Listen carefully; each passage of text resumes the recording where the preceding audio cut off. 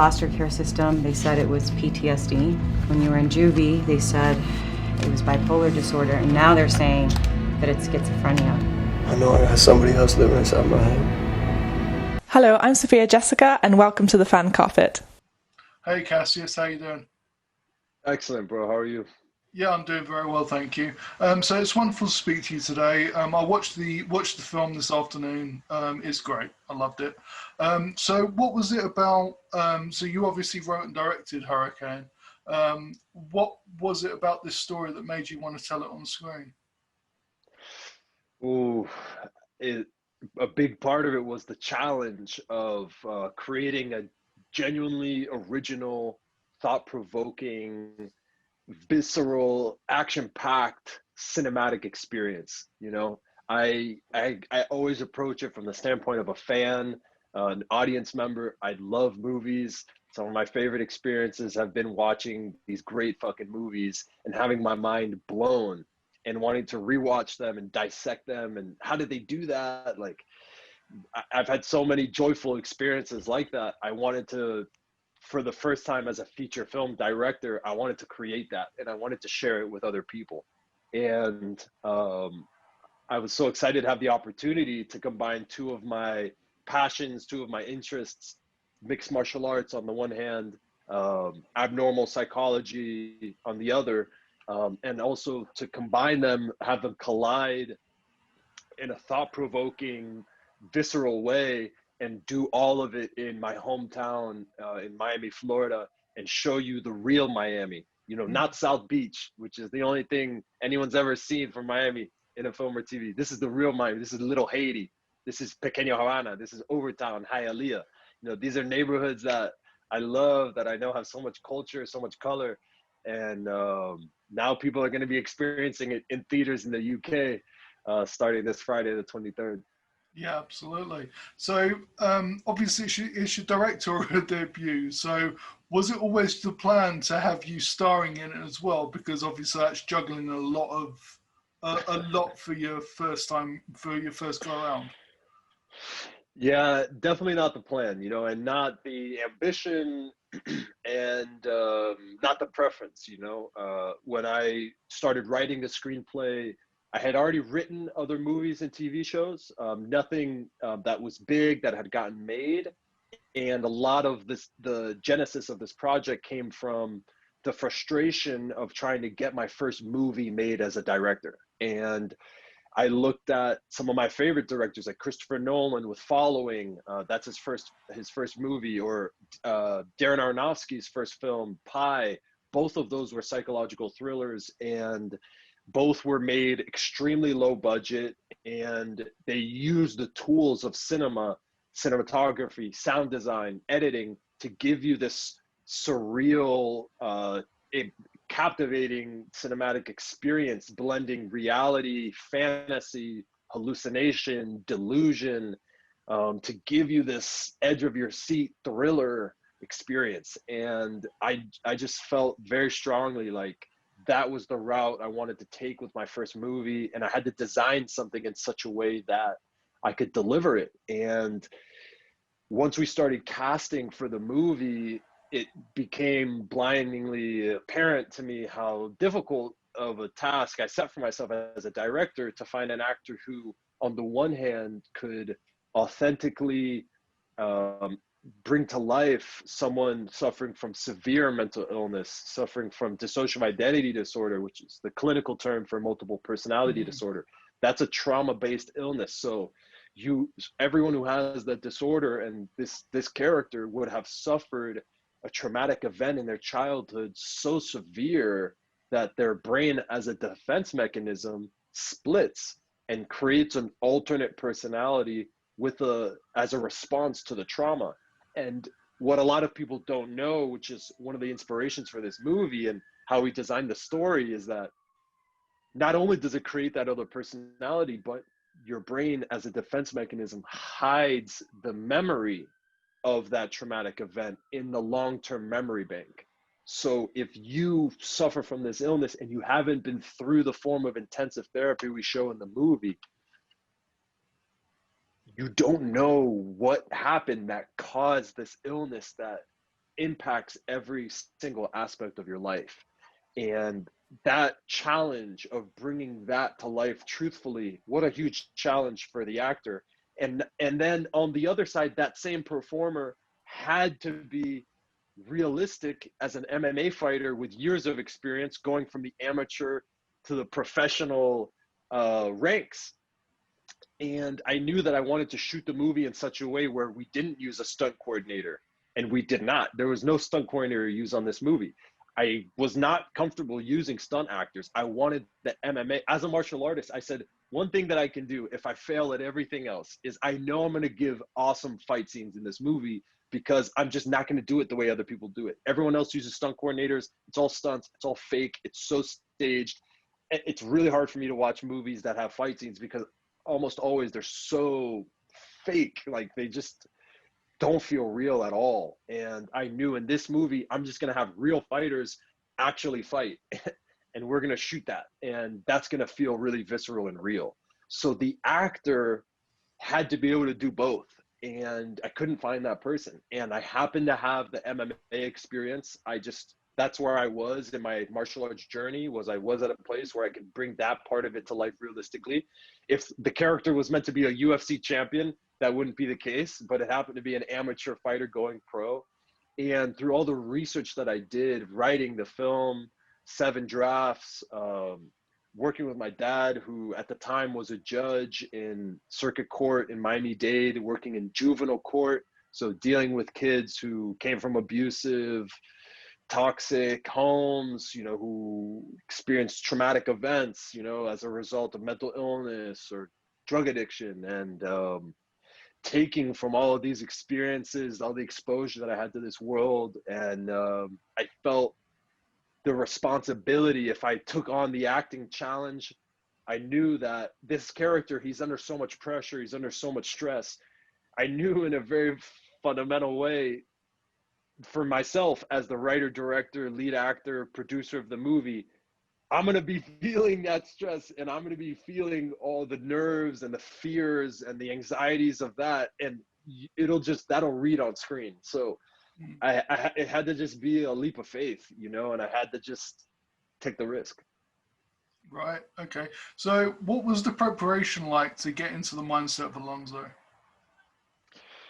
So the most important aspect of it, for sure, was really immersing myself in this world that my father was able to give me access to it through his courthouse, through juvenile court in Miami, and specifically through a program called the Prison Diversion Program.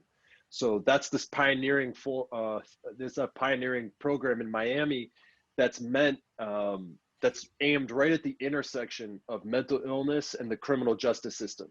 And this program is meant to help people who have committed crimes, but who suffer from mental illness, to get the help that they need, which is not what they're going to get in a typical jail or prison. They're not going to get specialized care that's going to help them with their mental illness.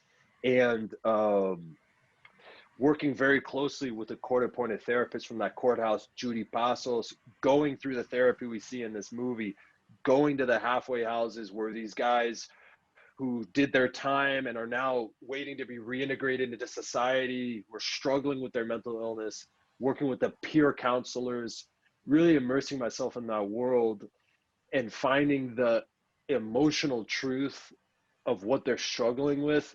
That was the preparation. That was the preparation that I needed to be able to bring it to life on screen in a way that felt truthful and real. Right. Great. Now you have a wonderful cast around you, specifically Yara Martinez. What was she like to work with? Oh my God, it's a dream come true, man. Our cast is really interesting in that we had basically everyone was a non-professional actor. Like, we had a bunch of fighters, champions, a lot of other first-time actors who came from theater, or one actor we discovered who plays Silvia, Alonso's mother. She was a trauma nurse at Jackson Memorial Hospital who'd never acted in anything before, and she gives what I think is maybe the standout performance of the movie. And guiding everything, though, was Yara Martinez from Jane the Virgin, from True Detective. She brought such a high level of professionalism, of class, of talent to set that we were lucky. It's just because of how her availability worked. Our first shooting days were the therapy scenes where Yara's driving those scenes and I'm acting opposite Yara. And she I don't know how we would have made the movie otherwise, but she really elevated everyone on our team, not just my performance, but our crew and the rest of our cast who saw what we were doing, saw what she was bringing to the table. And she really set the standard at the beginning of production for how strong we needed these performances to be. Absolutely. Now, Grégory is a world champion. So what was it like to have someone like of his caliber in your corner? I mean, we had Grégory, the Cheetah Choplin, 5-time Muay world champion. And then we have Jorge Gamebred Masvidal, UFC superstar, the BMF champion. We had two legitimately legendary fighters in our movie. And all of the guys on the MMA team are all professional fighters working their way up the ranks now.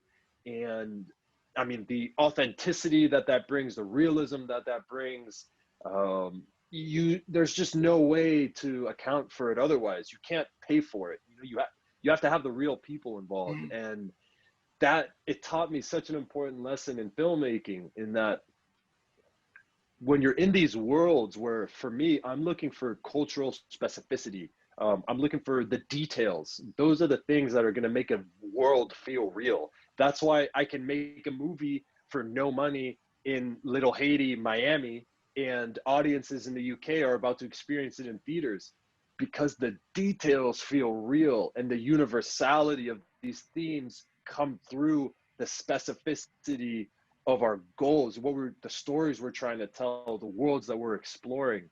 And to have these killers like Grégory Choplin, like Jorge Masvidal, really bring the swagger and the attitude, to the movie. I mean, that set the tone, and that made me feel, okay, this is how badass these guys are in person. I need to make sure we at least elevate that in the movie. Absolutely. So do you have any memories that will stick with you for the rest of your career from set? Whew. Every aspect of it I've just dissected, because I've tried to learn everything I can from this process, because this movie there was no guarantee that this was going to be a good movie, let alone a movie that was bought by HBO in the US and got a theatrical release in the UK. I mean, these are all incredible gifts, achievements that were not guaranteed. So for me, I think the biggest takeaway from the whole process is that the critical turning point in this process was when I decided at the outset, and I said, I'm ready to make my first movie. My goal was to direct my first feature film and to learn how to do it and learn how to do it well.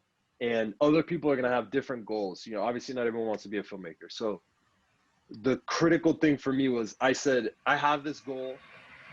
I learned what it took to make the movie. And I also learned the costs and the risks. And the risks were, I'm going to lose the money that I put into it. And it could end up being an embarrassing and humiliating failure.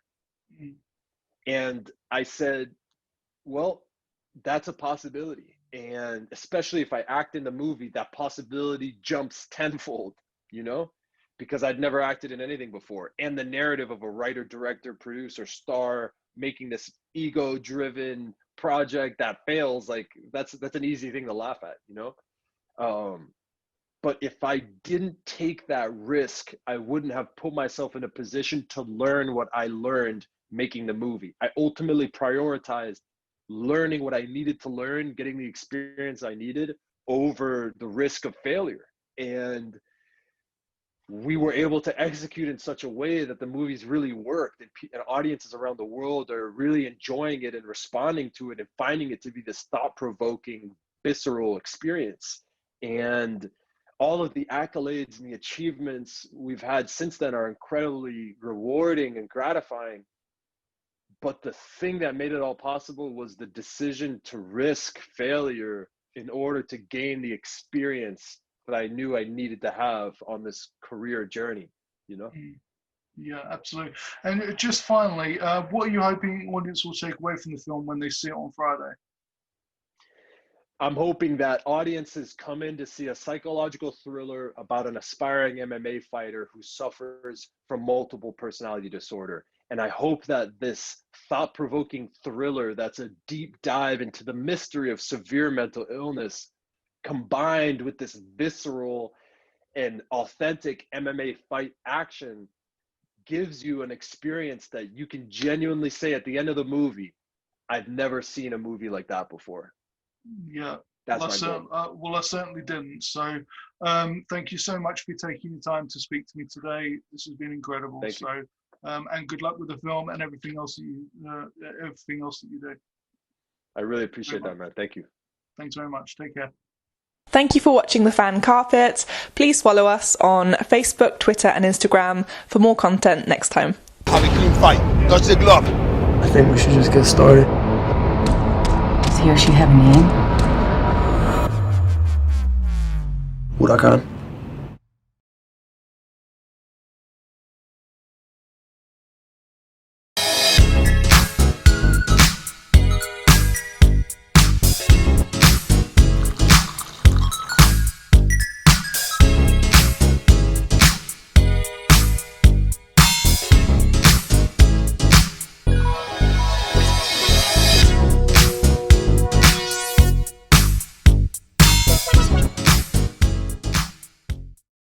I'm here on the largest of the Balearic Islands, Mallorca. With the turquoise waters of the Mediterranean Sea, beautiful mountainous landscape, the thriving city of Palma, quaint little market towns, a growing number of luxury hotels.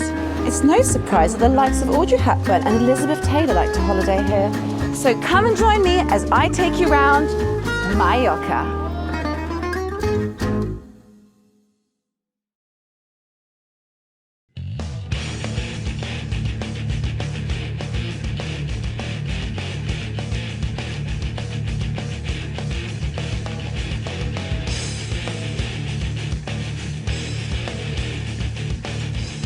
Thank you for watching The Fan Carpet. If you like this video, be sure to click that thumbs up button at the bottom of your screen.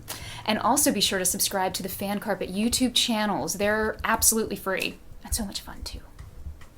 Be sure to check out the official website, thefancarpet.com. Also, you can follow us on Facebook, Twitter, and Instagram to stay up to date with reviews, competitions, the latest news, and so much more.